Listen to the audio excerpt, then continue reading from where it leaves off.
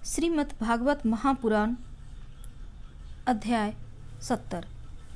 श्री सुखदेव जी कहते हैं, परीक्षित, जब सवेरा होने लगता है तो मुर्गे बोलने लगते हैं। तब वे श्री कृष्ण पत्नियां, जिनके कंठ में श्री कृष्ण ने अपनी भुजा डाल रखी है, उनके बिछोह की आशंका से व्याकुल हो जाती हैं और उन मुर्गों को कोसने लगती हैं।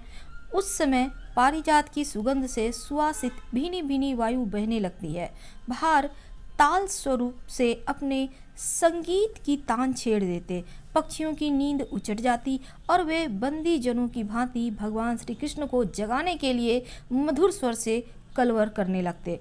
रुक्मणी जी अपने प्रियतम के भुज पास से बंधी रहने पर भी आलिंगन छूट जाने की आशंका से अत्यंत सुहावने और पवित्र ब्रह्म मुहूर्त को भी असह समझने लगती थीं। भगवान श्री कृष्ण प्रतिदिन ब्रह्म मुहूर्त में ही उठ जाते और हाथ मुंह धोकर अपने मायातीत आत्मस्वरूप का ध्यान करने लगते। उस समय उनका रोम रोम आनंद से खिल उठता था। परीक्षित, भगवान का वह आत्मस्वरूप सजातीय, विजातीय और स्वगत भेद से रहित एक अखंड है, क्योंकि उसमें किसी प्रकार की उपाधि या उपाधि के कारण होने वाला अन्य वस्तु का अस्तित्व नहीं है। और यही कारण है कि वह अविनाशी सत्य है। जैसे चंद्रमा, सूर्य आदि नेत्र इंद्रिय के द्वारा और नेत्र इंद्रिय चंद्रमा, सूर्य आदि के द्वारा प्रकाशित होती है, वैसे ही वह आत्मस्वरूप दूसरों के द्वारा प्रकाशित नहीं, स्वयं प्रकाश है। इसका कारण यह है कि अपने स्वरूप में ही सदा सर्वदा और काल की सीमा के परे भी एक रस स्थित होने के कारण अविद्या उनका स्पर्श भी नहीं कर सकती। इसी से प्रकाश भाव उसमें नहीं है। जगत की उत्पत्ति, स्थिति और नाश की कारणभूता ब्रह्म शक्ति, विष्णु शक्ति, रुद्र शक्ति के द्वारा केवल इस बात का अनुमान हो सकता है कि वह स्वरूप एक रस सत्ता रूप आनंद स्वरूप है। उसी को समझाने के लिए ब्रह्मा नाम से कहा गया है। भगवान श्री कृष्ण अपने उसी आत्म स्वरूप का प्रतिदिन ध्यान करते। इसके बाद वे विधि पूर्वक निर्मल और पवित्र जल में स्नान करते, फिर शुद्ध धोती पहन दुपट्टा ओढ़कर यथाविधि नित्य कर्म संध्या वंदन आदि करते। इसके बाद हवन करते और मौन होकर गायत्री का मंत्र का जप करते। क्यों न हो वे सत्पुरुषों के पात्र आदर्श जो हैं। इसके बाद सूर्योदय होने के समय सूर्योपासना करते और अपने कला स्वरूप देवता ऋषि पितरों का तर्पण करते। फिर कुल के बड़े बूढ़ों ब्राह्मणों की विधिवत पूजन करते थे। इसके बाद परम मनस्वी श्री कृष्ण दुधारू पहले पहल ब्याही हुई बछड़ों वाली सीधी शांत गौओं का दान करते। उस समय उन्हें सुंदर वस्त्र मोतियों की माला पहना दी जाती, सींग में सोना और खुरों में चांदी मढ़ दी जाती। वे ब्राह्मणों को वस्त्राभूषण से सुसज्जित करके रेशमी वस्त्र, मृग चर्म और तिल के साथ प्रतिदिन 13,084 गायें इस प्रकार दान करते। तदंतर अपनी विभूति रूप गौ, ब्राह्मण, देवता, कुल के बड़े बूढ़े गुरुजन और समस्त प्राणियों को प्रणाम करके मांगलिक वस्तुओं का स्पर्श करते। परीक्षित, यदि भी भगवान के शरीर का सहज सौंदर्य ही मनुष्य लोक अलंकार है, फिर भी वे अपने पीताम्बर आदि दिव्य वस्त्र, कौस्तुभ आदि आभूषण, पुष्पों के हार और चंदन आदि दिव्य अंग राग से अपने को विभूषित करते। इसके बाद वे भी और दर्पण में अपना मुखारविंद देखते, गाय, बैल, ब्राह्मण और देव प्रतिमाओं का दर्शन करते। फिर पूर्वासी और अंतःपुर में रहने वाले चारों वर्णों के लोगों की अभिलाषाएं पूर्ण करते और फिर अपनी अन्य ग्रामवासी प्रजा की कामना पूर्ति करके उसे संतुष्ट करते और इन सब को प्रसन्न देखकर स्वयं ही बहुत आनंदित होते। वे पुष्पमाला, तांबूल, चंदन, अंगराग आदि वस्तुएं पहले ब्राह्मण, स्वजन संबंधी, मंत्री और रानियों को बांट देते और उनसे बची हुई स्वयं अपने काम में लाते। भगवान यह सब करते होते तब तक दारुका नाम का सारथी सुग्रीव आदि घोड़ों से जुता हुआ अत्यंत अद्भुत रथ ले आता और प्रणाम करके भगवान के सामने खड़ा हो जाता। इसके बाद भगवान श्री कृष्ण सत्या की उद्धव जी के साथ अपने हाथ से सारथी का हाथ पकड़कर रथ पर सवार होते, ठीक वैसे ही जैसे भुवन भास्कर भगवान सूर्य उदयाचल आरूढ़ होते हैं। उस समय रनिवास की स्त्रियां लज्जा एवं प्रेम से भरी चितवन से उन्हें निहारने लगती और बड़े कष्ट से उन्हें विदा करती। भगवान मुस्कुराकर उनके चित्त को चुराते हुए महल से निकलते। परीक्षित, तदंतर भगवान श्री कृष्ण समस्त यदुवंशियों के साथ सुधर्मा नाम की सभा में प्रवेश करते। उस सभा की ऐसी महिमा है कि जो लोग उसमें जा बैठते उन्हें भूख, प्यास, शोक, मोह और जरा मृत्यु ये 6 उर्मियाँ नहीं सताती।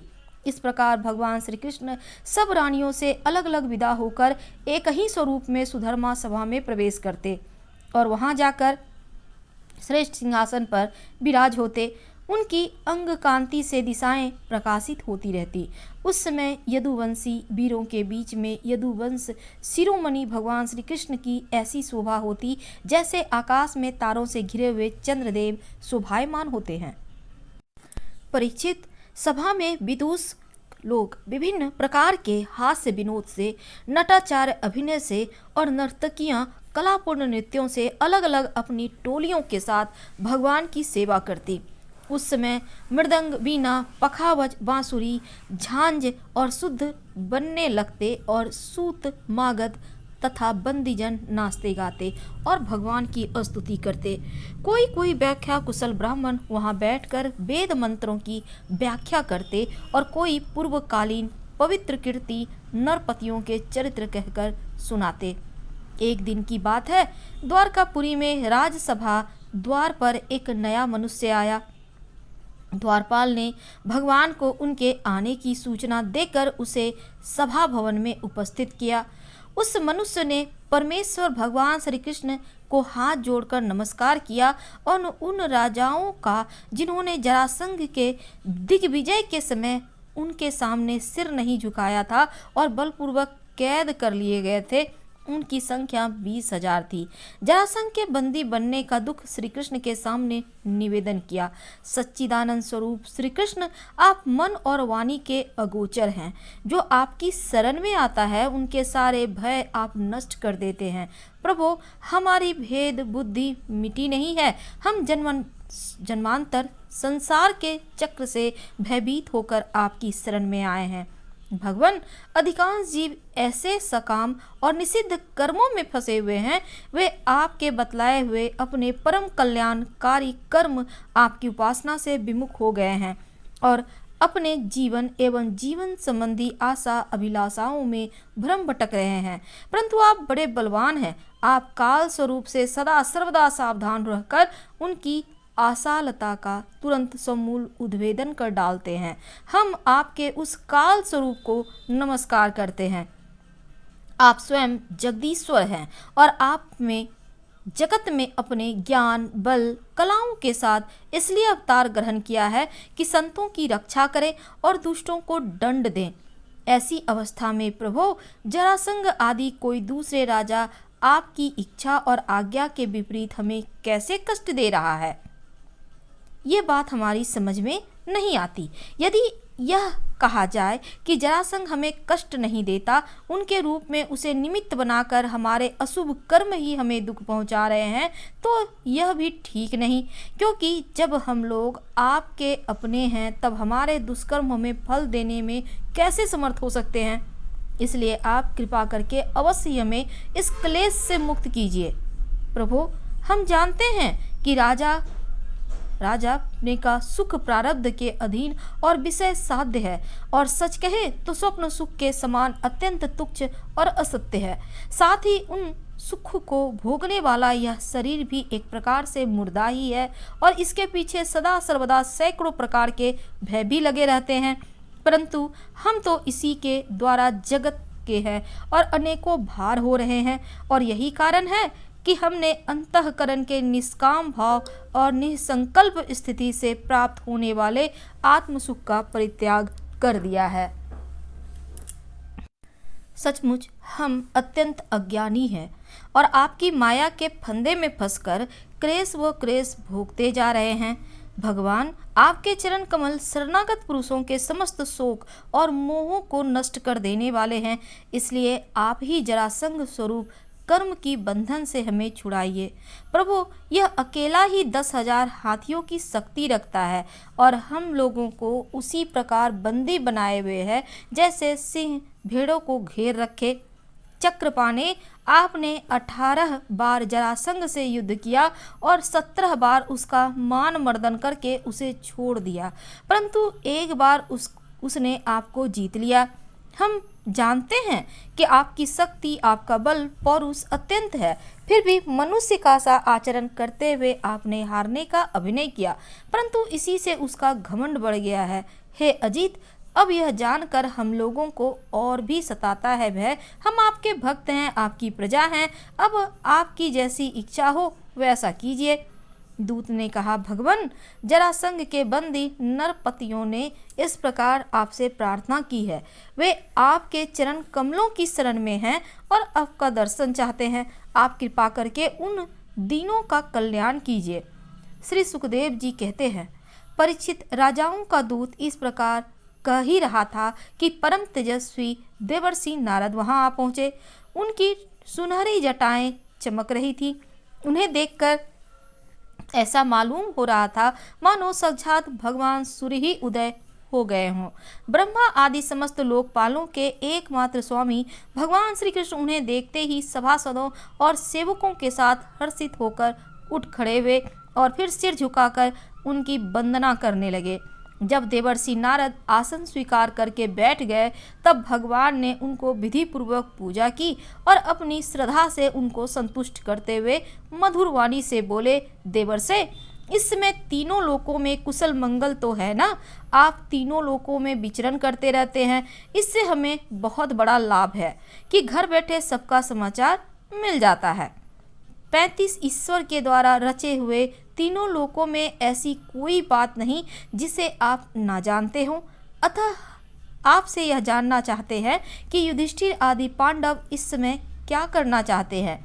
देवर्षि नारद जी ने कहा, सर्वव्यापक अनंत आप विश्व के निर्माता हैं और इतने बड़े मायावी हैं कि बड़े बड़े मायावी ब्रह्मा जी आदि भी आपकी माया का पार नहीं पा सकते। प्रभु, आप सबके घट घट में अपनी अचिंत्य शक्ति से व्याप्त रहते हैं, ठीक वैसे ही जैसे अनी लकड़ियों में अपने को छिपाए रखता है, इससे आपको वे देख नहीं पाते। मैंने एक बार नहीं अनेकों बार आपकी माया देखी है, इसलिए आप जो अनजान बनकर पांडवों का समाचार पूछते हैं, इससे मुझे कोई कौतूहल नहीं हो रहा। भगवान, आप अपनी माया से ही इस जगत की रचना और संहार करते हैं और आपकी माया के कारण ही यह असत्य होने पर भी सत्य के समान प्रतीत होता है। आप अब क्या जानना चाहते हैं, यह बात भली भांति कौन समझ सकता है। आपका स्वरूप सर्वथा अचिंतनीय है। मैं तो केवल बार बार आपको नमस्कार करता हूँ। शरीर और इससे संबंध रखने वाली वासनाओं में फंसकर जीव जन्म मृत्यु के चक्कर में भटकता रहता है तथा यह नहीं जानता कि मैं इस शरीर से कैसे मुक्त हो सकता हूँ। वास्तव में उसी के हित के लिए आप नाना प्रकार के लीलावतार ग्रहण करके अपने पवित्र यश का दीपक जला देते हैं, जिसके सहारे वह इस अनर्थकारी शरीर से मुक्त हो सके। इसलिए मैं आपकी शरण में हूँ। प्रभु, आप स्वयं परम ब्रह्म हैं, तथापि मनुष्यों की सी लीला का नाट्य करते हुए मुझसे पूछ रहे हैं। इसलिए आपके फुफेरे भाई और प्रेमी भक्त राजा युधिष्ठिर क्या करना चाहते हैं, यह बात मैं आपको सुनाता हूँ। इसमें संदेह नहीं है कि ब्रह्मलोक में किसी को जो भोग प्राप्त हो सकता है, वह राजा युधिष्ठिर को यहाँ प्राप्त है। उन्हें किसी वस्तु की कामना नहीं है, फिर भी वे श्रेष्ठ यज्ञ राज सूय से द्वारा अपने प्राप्ति के लिए आपकी आराधना करना चाहते हैं। आप कृपा करके उनकी इस अभिलाषा का अनुमोदन कीजिए। भगवान, उस श्रेष्ठ यज्ञ में आपका दर्शन करने के लिए बड़े बड़े देवता और यशस्वी नरपतिगण एकत्र होंगे। प्रभु, आप स्वयं विज्ञानानंद घन ब्रह्म हैं। आपके श्रवण कीर्तन ध्यान करने मात्र से अत्यंत ही पवित्र हो जाते हैं। फिर जो आपका दर्शन और स्पर्श प्राप्त करते हैं, उनके संबंध में तो कहना ही क्या है। त्रिभुवन मंगल आपकी निर्मल कीर्ति समस्त दिशाओं में छा रही है तथा स्वर्ग, पृथ्वी और पाताल में व्याप्त हो रहे हैं, ठीक वैसे ही जैसे आपकी चरणामृत धारा स्वर्ग में मंदाकिनी, पाताल में भोगवती और मर्त्यलोक में गंगा के नाम से प्रवाहित होकर सारे विश्व को पवित्र कर रही है। श्री सुखदेव जी कहते हैं, परीक्षित, सभा में जितने यदुवंशी बैठे थे वे सब इस बात के लिए अत्यंत उत्सुक हो रहे थे कि पहले जरासंध पर चढ़ाई करके उससे जीत लिया जाए। अतः उन्हें नारद जी की बात पसंद न आई। तब ब्रह्मा आदि शासक भगवान श्री कृष्ण ने तनिक मुस्कुराकर बड़ी मीठी वाणी में उद्धव जी से कहा। भगवान श्री कृष्ण कहते हैं, उद्धव, तुम मेरे हो, शुभ सम्मति देने वाले और कार्य के तत्व को भली भांति समझने वाले हो, इसलिए हम तुम्हें अपना उत्तम नेत्र मानते हैं। अब तुम ही बताओ कि इस विषय में हमें क्या करना चाहिए। तुम्हारी बात पर हमारी श्रद्धा है, इसलिए हम तुम्हारी सलाह के अनुसार ही काम करेंगे। जब उद्धव जी ने देखा कि भगवान श्री कृष्ण सर्वज्ञ होने पर भी अनजान की तरह सलाह पूछ रहे हैं, तब वे उनकी आज्ञा सिरोधार्य करके बोले। श्रीमद् भागवत महापुराण स्कंद 10 अध्याय 71। अगले दिन हम आपसे विदा लेते हैं। हर हर महादेव।